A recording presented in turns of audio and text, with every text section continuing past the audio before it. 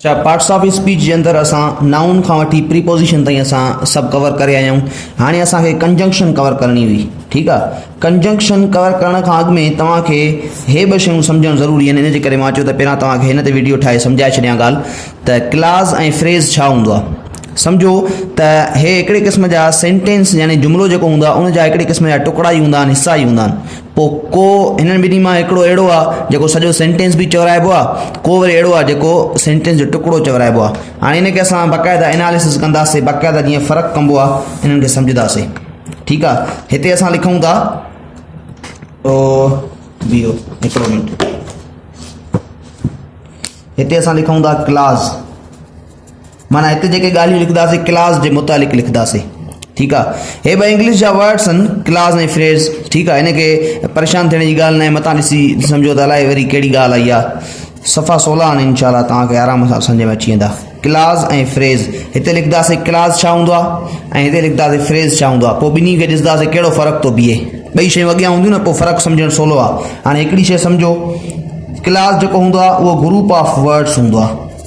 ठीकु आहे, माना वर्ड्स जो लफ़्ज़नि जो मजमूओ हूंदो आहे। ठीकु आहे, वरी अचूं था हिकिड़ी पॉइंट हिन जी लिखीसीं, हिकिड़ी पॉइंट हिन जी, हे बि ग्रुप ऑफ वर्ड्स हूंदो आहे।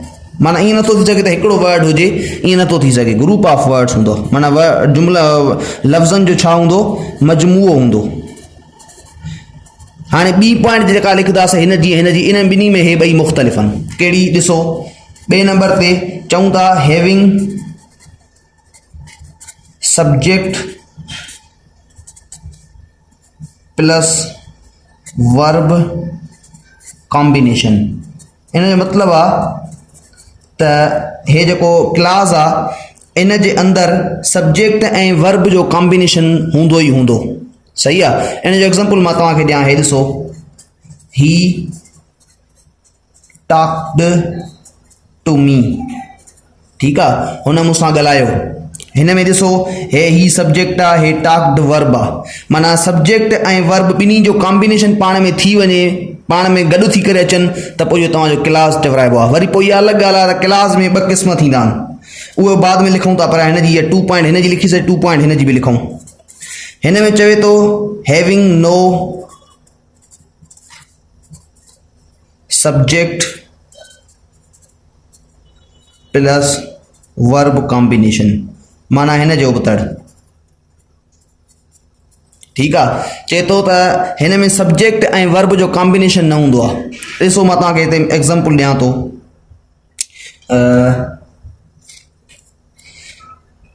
पहिरियों एग्ज़ाम्पल ॾिसो, छो त हिन जा खोड़ सारा एग्ज़ाम्पल तव्हांखे ॾींदुमि। Beautiful flowers.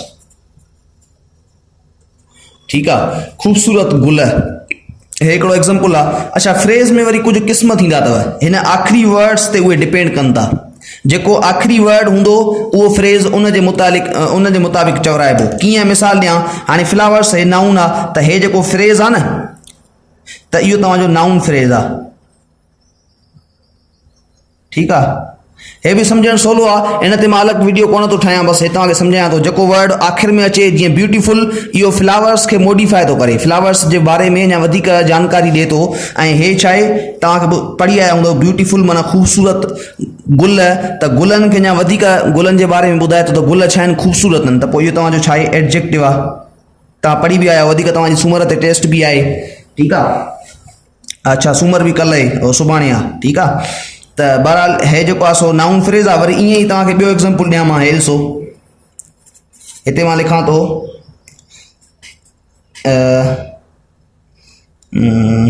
Is going. अच्छा, ही वरी जेको आहे तव्हांजो इहो वर्ब फ्रेज़ आहे, छो त हे ॾिसो, हे गोइंग जेको आहे इहो वर्ब आहे। ठीकु आहे, अच्छा हाणे फ्रेज़ तव्हांखे सम्झ में अची वियो हूंदो त हिन में कंप्लीट मीनिंग न हूंदी आहे। सही आहे न, ब्यूटीफुल फ्लावर्स, ख़ूबसूरत गुल, इन मां छा कंप्लीट ॻाल्हि थी निकिरे, बाबा ख़ूबसूरत गुल छा थो चवणु चाहे, मूंखे ख़ूबसूरत गुल आहिनि, या मां तोखे ख़ूबसूरत गुल ॾियां थो। ख़ूबसूरत गुल छा, ख़ूबसूरत गुल, काई बि मीनिंग कंप्लीट नथी थिए, इनखे फ्रेज़ चइबो आहे। सही आहे, कंप्लीट मीनिंग न निकिरे। हिन में बि ईअं हूंदो आहे, पर हिन में ॿ क़िस्म आहिनि, हिकु डिपेंडेंट क्लास, ॿियो इंडिपेंडेंट क्लास। उन में वरी पोइ जेको आहे सो जेको इंडिपेंडेंट हूंदो उन में कंप्लीट सेंस निकिरंदो आहे, ऐं जेको डिपेंडेंट हूंदो आहे उन में कंप्लीट न निकिरंदो आहे।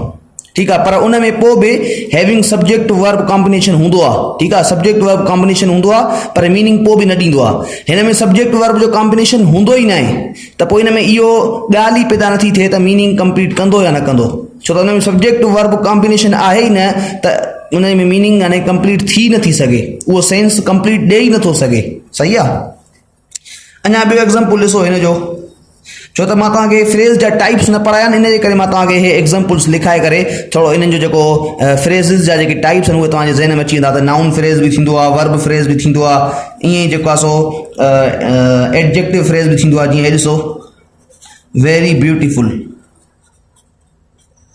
हाणे हे जेको वेरी आहे इहो एडवर्ब आहे, छो त इहो ब्यूटीफुल खे मॉडिफाई थो करे। ऐं तव्हां पढ़ी आया आहियो एडवर्ब जे अंदरि त एडवर्ब जेको हूंदो आहे उहो वर्ब खे, एडजेक्टिव खे ऐं ॿिए एडवर्ब खे मॉडिफाई कंदो आहे। हिते एडजेक्टिव खे मॉडिफाई थो करे, पर तव्हांखे हिते छा ॻाल्हि ज़हन में रखणी आहे त जेको लास्ट वर्ड आहे उहो फ्रेज़ उन जे नाले सां चवराइबो। त हिते लास्ट वर्ड कहिड़ो आहे? एडजेक्टिव। ब्यूटीफुल एडजेक्टिव आहे, त इहो तव्हांजो थी वियो एडजेक्टिव फ्रेज़।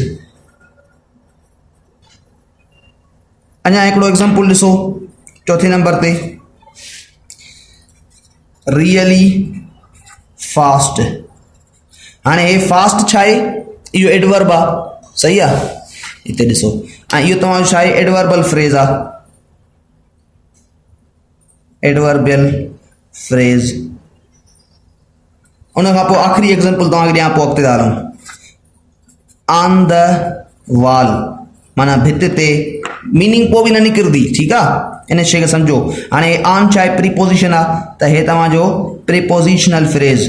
अच्छा, इहो प्रीपोज़िशनल फ्रेज़ मां तव्हांखे प्रीपोज़िशन वारे वीडियो में सम्झाए चुको आहियां। ठीकु आहे, त जंहिंमें फ्रेज़ जे यानी कंप्लीट सेंस बि नथो निकिरे ऐं उन में प्रीपोज़िशन बि इस्तेमालु थियल आहे, त उहो तव्हांजो फ्रेज़ लिखिबो। ऐं कहिड़ो फ्रेज़ लिखिबो? प्रीपोज़िशनल फ्रेज़। ठीकु आहे, हे कुझु एग्ज़ाम्पल्स हुया। हाणे क्लास खे सम्झंदासीं।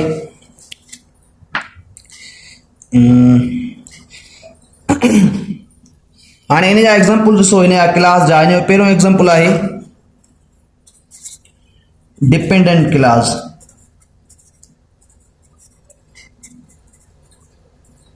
सही आहे, इहो उहो हूंदो आहे जेको इन में बि हैविंग माना सब्जेक्ट ऐं वर्ब हूंदो, पर इन में मीनिंग यानी सेंस जेको हूंदो उहो कंप्लीट न निकिरंदो आहे। जीअं मां तव्हांखे हिन जो एग्ज़ाम्पल ॾियां, हे ॾिसो,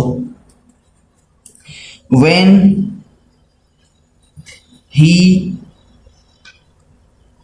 arrived at home, जॾहिं हू घर पहुतो। हाणे हिन मां मीनिंग कंप्लीट निकिरे थी? नथी निकिरे। अच्छा, हाणे इन खे हिन डिपेंडेंट क्लास, डिपेंडेंट, हाणे लफ़्ज़ डिपेंडेंट मां तव्हां सम्झी सघो था त हे डिपेंडेंट हूंदो आहे, माना ॿिए ते भाड़ींदो आहे। हाणे कंहिं ते भाड़ींदो आहे? उहो आहे इंडिपेंडेंट क्लास। हिन जो ॿियो जेको टाइप आहे,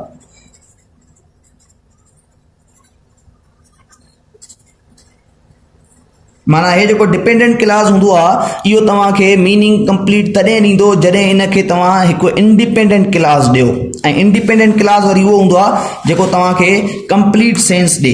इन जो एग्ज़ाम्पल मां तव्हांखे हिते मथे ॾिनोमांव, ही टॉक्ड टू मी। ठीकु आहे, ॾिसो हे कंप्लीट सेंस थो ॾे त हुन मूंसां ॻाल्हायो, इन में कंप्लीट सेंस आहे। हिन खे जेकॾहिं तव्हां हिन सां मिलाए छॾियो, ॾिसो कीअं, when he arrived at home he talked to me, त पोइ ही बि तव्हांजो जेको आहे सो मुकमल जुमिलो थी वेंदो। अच्छा, हिते तव्हांखे हिकिड़ो सुवाल पैदा थींदो हूंदो ज़हन में, त जॾहिं ही मीनिंग बि कंप्लीट थो ॾे, हिन में सब्जेक्ट ऐं वर्ब कॉम्बिनेशन बि आहे, त पोइ जुमिले ऐं इंडिपेंडेंट क्लास में कहिड़ो फ़र्क़ु थियो? त इन में कोई बि फ़र्क़ु न आहे। तव्हां हिन इंडिपेंडेंट क्लास खे आल्सो कॉल्ड सेंटेंस चई सघो था। ठीकु आहे, एतिरी ॻाल्हि तव्हांखे सम्झाइण मक़सदु हुई। उन खां पोइ असां कंजंक्शन पूरो कंदासीं। अॼोके ॾींहं में सभु असां पार्ट्स ऑफ स्पीच कवर करे उन खां पोइ पंहिंजी टेस्ट कंडक्ट करे पोइ अॻिते हलंदासीं। ठीकु आहे, बसि हिननि शयुनि खे सम्झी छॾो। मां थोरो वरी ॿीहर तव्हांखे रिवीजन कराए छॾां थो। क्लास ऐं फ्रेज़ जो फ़र्क़ु सम्झोसीं। हिते क्लास जे बारे में ॻाल्हियूं लिखियल आहिनि, हिते फ्रेज़ जे बारे में ॻाल्हियूं लिखियल आहिनि। ठीकु आहे, पहिरीं पॉइंट आहे ग्रुप ऑफ वर्ड्स हूंदो आहे क्लास, ऐं हिन में बि पहिरीं पॉइंट आहे त ग्रुप ऑफ वर्ड्स हूंदो आहे, माना हिकिड़ो वर्ड नथो थी सघे, न हे न हे। उन खां पोइ ॿिए नंबर ते चए थो हैविंग सब्जेक्ट वर्ब कॉम्बिनेशन। हिन में सब्जेक्ट ऐं वर्ब जो ॿिन्ही जो कॉम्बिनेशन हूंदो आहे, हिन में सब्जेक्ट ऐं वर्ब जो कॉम्बिनेशन न हूंदो आहे। ठीकु आहे, जीअं ॾिसो हिन में सब्जेक्ट ऐं वर्ब जो कॉम्बिनेशन आहे ही टॉक्ड टू मी, हुन मूंसां ॻाल्हायो। हिन में ही सब्जेक्ट आहे, टॉक्ड इहो वर्ब आहे, ॿिन्ही जो कॉम्बिनेशन थी वियो, पाण में मिली आहे, मीनिंग ॾेई सघनि था। ठीकु आहे, उहा अलॻि ॻाल्हि आहे त जेकॾहिं हूंदा बि वरी पोइ उन्हनि ते ॾिसबो त डिपेंडेंट आहे या इंडिपेंडेंट आहे। अगरि जे किन किन में सब्जेक्ट वर्ब कॉम्बिनेशन हूंदो आहे, जीअं ही ऐं अराइव्ड, ॿई ही सब्जेक्ट आहे, अराइव्ड वर्ब आहे, पर पोइ बि सेंस कंप्लीट नथा ॾियनि, पोइ तव्हांजो डिपेंडेंट थी वियो। जेकॾहिं तव्हांजो सेंस कंप्लीट ॾियनि था, जीअं हे ॾिसो ही टॉक्ड टू मी, हिन में सब्जेक्ट वर्ब कॉम्बिनेशन आहे, मीनिंग बि कंप्लीट आहे, त पोइ तव्हांजो इंडिपेंडेंट क्लास आहे। ऐं डिपेंडेंट क्लास तव्हांजो तॾहिं मीनिंग सही ॾींदो जॾहिं हिनखे तव्हां इंडिपेंडेंट क्लास सां मिलाईंदव। उन खां पोइ फ्रेज़ जे अंदरि मुख़्तलिफ़ टाइप्स थींदा आहिनि। कुझु फ्रेज़ नाउन फ्रेज़ हूंदा आहिनि, जीअं हे ॾिसो ब्यूटीफुल फ्लावर्स। ठीकु आहे, कुझु फ्रेज़ तव्हांजा वर्ब फ्रेज़ हूंदा आहिनि, जीअं इज़ गोइंग, ऐं कुझु एडजेक्टिव फ्रेज़ वेरी ब्यूटीफुल, ऐं adverbial phrase really fast, prepositional phrase on the wall. ठीकु आहे, उन खां पोइ हाणे कंजक्शन कवर कंदासीं।